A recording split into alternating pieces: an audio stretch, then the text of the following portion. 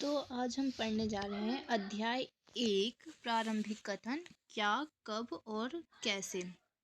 तो पहला पेज इसका ये है कि इसमें राशिदा बैठी हुई होती है और अखबार पढ़ रही होती है बैठ के, और उसकी अचानक जो निगाह होती है वो एक सुर्खी पर पड़ती है जो 100 साल पहले की थी।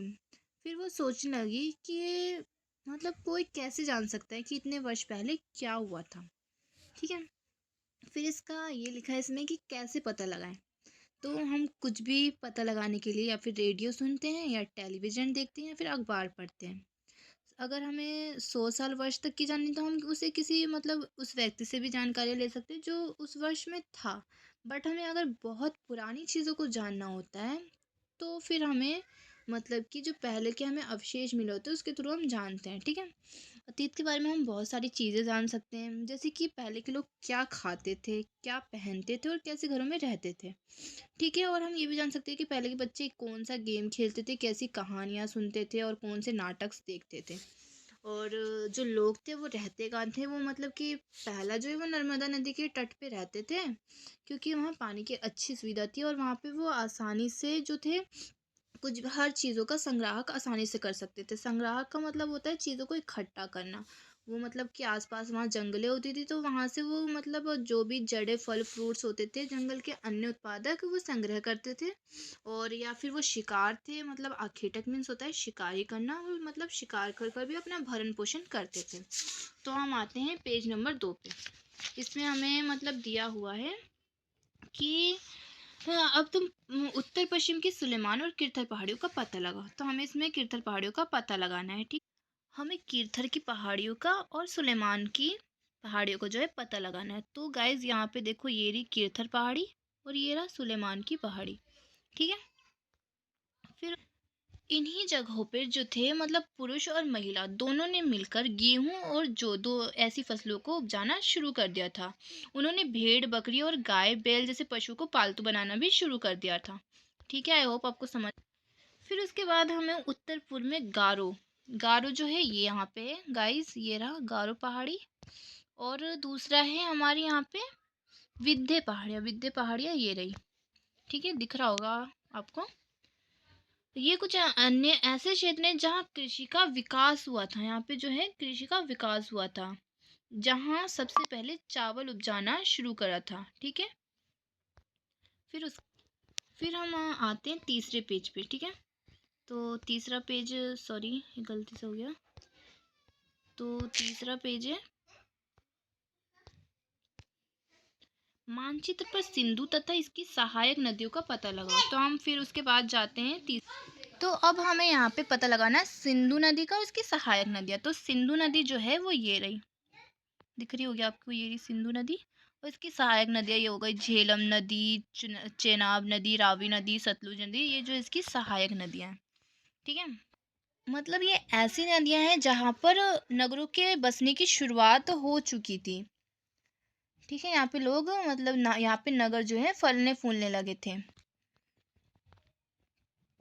जो कि माना जाता है कि 2500 पूर्व वर्ष पहले इसकी शुरुआत हो चुकी थी। फिर उसके बाद बुक में लिखा है गंगा तथा इसकी सहायक नदियों का पता लगाना है हमें। ठीक है। तो हम अब गंगा नदी की बात कर रहे हैं। तो गंगा नदी ये रही और इसकी सहायक नदियाँ हो गई, जैसे सोन नदी है, यहाँ पे नर्मदा नदी है, चंबल है, यमुना नदी, ये सब इसकी सहायक नदियाँ हो गई। ठीक है। फिर उसके बाद हम बात कर जो गंगा नदी के पास में ना बिहार था, जिसको ना मगध के नाम से जाना जाता था, और ये बहुत ज़्यादा शक्तिशाली देश था। यहाँ पे बहुत सारे राजाओं ने राज करा, किसी ने आक्रमण करके उसको मार कर, फिर उसके बाद किसी और का राजा आया, फिर दूसरे का राजा, उसने बहुत सारे जो वहाँ के राज्य थे उसको जोड़कर मगध बनाया, जो कि बहुत बड़ा बना। ठीक है। तो इसलिए इसको मगध को बहुत शक्तिशाली जो कई लोग थे, लोगों ने सदैव उपमहाद्वीपों के एक हिस्से से दूसरे हिस्सों तक यात्रा करते गए। हिमाचल जैसे पर्वतों पर, पहाड़ियों पर, रेगिस्तानों पर वे यात्राएं करते जाते थे। ये बहुत ही जोखिम भरा होता था। ठीक है। जो कि बहुत असंभव होता था। और जो लोग थे वो एक स्थान से दूसरे स्थान पर जाया करते थे, कभी काम की तलाश पे, कभी एक जगह पे खाना ख़त्म हो जाता था, क्योंकि वो एक जगह पर रहते थे, फिर वहाँ के सभी कि जंगलों से खाना एकत्रित करके वो खा लेते थे, तो इसलिए ख़त्म हो जाता था। तो इसलिए उन्हें अपना स्थान चेंज करना पड़ता था। ठीक है, कुछ लोग काम की तलाश में भी, और कुछ लोग ये होता था कि मतलब वो अनुयायी होते हैं, फॉलोअर्स होते हैं, तो वो भी उनके पीछे पीछे चले जाते थे। जो अगर पहले वाले लोग जाते थे उनके मतलब कि समझदार लोग थे जिनके मतलब वो फॉलो करते थे, उनके साथ रहना पसंद करते थे, तो वो उनके पीछे चले जाते थे अगर उनको मतलब पसंद नहीं होता था रहन सहन तो अकेले। तो अब हम बात करते हैं देश का जो नाम इंडिया है वो कैसे पड़ा। जो इंडिया नाम है वो इंडस से निकला है, जिसे संस्कृत में सिंधु कहा जाता है। ठीक है, संस्कृत में से सिंधु कहा जाता है और इसका नाम इंडस से निकला है। इंडिया जो है इंडस से। जो यूनानी और ईरानी थे इन्होंने ही मतलब इंडस नाम रखा। और मतलब ये 2500 वर्ष पूर्व की बात बता रही हूँ मैं। और जो इसकी जो पूरी जानकारी है वो ऋग्वेद में भी मिलती है। जो ऋग्वेद है ये बहुत पुरानी वेद है, हम आगे पढ़ेंगे। मतलब कि इसमें 4 वेद है, यजुर्वेद, अथर्ववेद, सामवेद, और जो ऋग्वेद है वो सबसे पुराना है। इसमें आपको सारी चीज़ें मतलब लिखी हुई प्राप्त हो जाती हैं। तो अब हम बात करते हैं कि अतीत के बारे में हम जानकारी कैसे लें। अतीत की जो जानकारी है हमें कई तरह से प्राप्त हो सकती है, कि अतीत में कौन कौन सी पुस्तकें लिखी गई थी, तो हम उसे पढ़कर अतीत के बारे में जान सकते हैं। जो पहले की अतीत थी वो पांडुलिपियों पर लिखी जाती थी। पांडुलिपि मतलब मैन्यूक्रिस्ट शब्द जो कि लेटिन वर्ड मेन्यू से निकला है। इसका अर्थ होता है हाथों से लिखना। मतलब वो हाथों से मतलब पेड़ की छालों पर और बलपेत्र वो सॉरी जो जो बेलपत्र होते हैं उसके ऊपर लिखते थे। नीम की छालियाँ होती थी उस पर लिखते थे। और मतलब कि इसको कीड़े खा जाते थे, इसलिए मतलब ये कई दिनों तक नहीं जीवित रह सकता था। जो इस पे लिखी गए अवशेष हैं वो इतने दिनों तक नहीं टिकते थे। मतलब जो थे इन पांडुलिपियों को कीड़े खा जाते थे और नष्ट हो जाते थे। फिर भी पांडुलिपियाँ जो है अभी मतलब कुछ उपलब्ध हैं। और जो ये पांडुलिपियाँ वो मंदिरों में और जो विहारों में ये प्राप्त हुई है। ठीक है, मतलब इन लिपियों पर लिखी क्या जाती थी मैं बताती हूँ।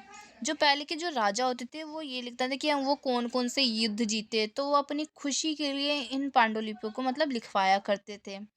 ठीक है, उनका मतलब धर्म कैसा था वो लिखवाया करते थे। औषधियाँ कि वो औषधियाँ कैसे बनाते थे, तो वो पांडुलिपि पे लिखा करते थे। ठीक है, कुछ कविताएं लिखा करते थे। ठीक है,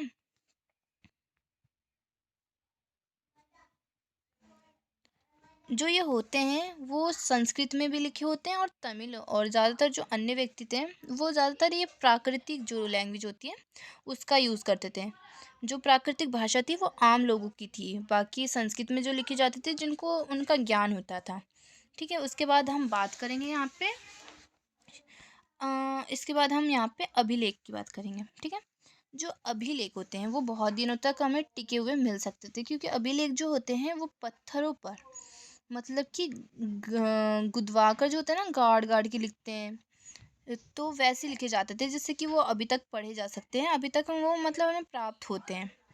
मतलब ये अभिलेख जो होते थे कठोर सतह पर लिखे जाते, ठीक है, जिनका नष्ट मतलब इतनी आसानी से नहीं होती। जैसे कि मैंने बताया कि वो इस पे क्या लिखते थे, जो भी वो अपनी लड़ाइयों में वो विजय पाए हैं तो वो ऐसा लेखा जोखा उसमें अपने इन अभिलेखों में लिखा करते थे। ठीक है, ठीक है, ये पिक्चर है जो देख सकते हो, ये ऐसे लिखे जाते थे अभिलेख पत्थरों पर। ठीक है, और जो अब इसके बाद आता है कि जो मतलब कि जो भी हमें जानकारियाँ मिलती है वो इन्हीं सब से मिलती है। अब हम बात करते हैं पुरातात्विकविद। तो पुरातात्विकविद उसे कहते हैं जो वस्तु को इकट्ठा करके उसकी सारी जानकारियाँ मतलब एक तरह से उस पर स्टडी करता है, तो उसे वो पुरातात्विकविद कहते हैं। कि मतलब ये कितने साल पुराना है, ये क्यों लिखे जाते थे, कौन से लोगों ने क्या लिखा है, तो ये सारे जो भी जो इस चीज़ की स्टडी करता है ढूंढता है उसे पुरातात्विकविद कहते हैं। ठीक है, जो पुरातात्विकविद होते हैं वो ईंट से बनी इमारतों के अवशेष, इन सब चित्रों, मूर्तियाँ, इन सब का अध्ययन करते हैं। जो भी उन्हें औजार मिले, हथियार मिले, बर्तन, आभूषण, सिक्के, उन सब की छानबीन करते हैं, खुदाई करते हैं। उसके बाद जो भी इन्हें मिलता है और तो वो इन सबको स्टडी करते हैं और वो लोगों तक पहुंचाते हैं कि पहले के लोग कैसे रहते थे, क्या करते थे और कैसी चीज़ों का उपयोग करते थे। ठीक है, जो मतलब कुछ वस्तु होती है वो पत्थर की बनी होती है, पक्की ईंटों की धातु से बनी होती है, और मतलब ये कठोर पे होती है, जो जल्दी नष्ट होने वाले नहीं होते हैं। ठीक है, जो पुरातात्विकविद होते हैं वो जानवरों और मछलियों और मतलब कि चिड़ियों की हड्डियां भी ढूंढते हैं, जिससे उनको पता चलता है कि पहले के लोग मतलब क्या खाया करते थे। और मतलब कि जो भी उन्हें अवशेष मिलते हैं वनस्पतियों के मुश्किल से ही बच पाते थे।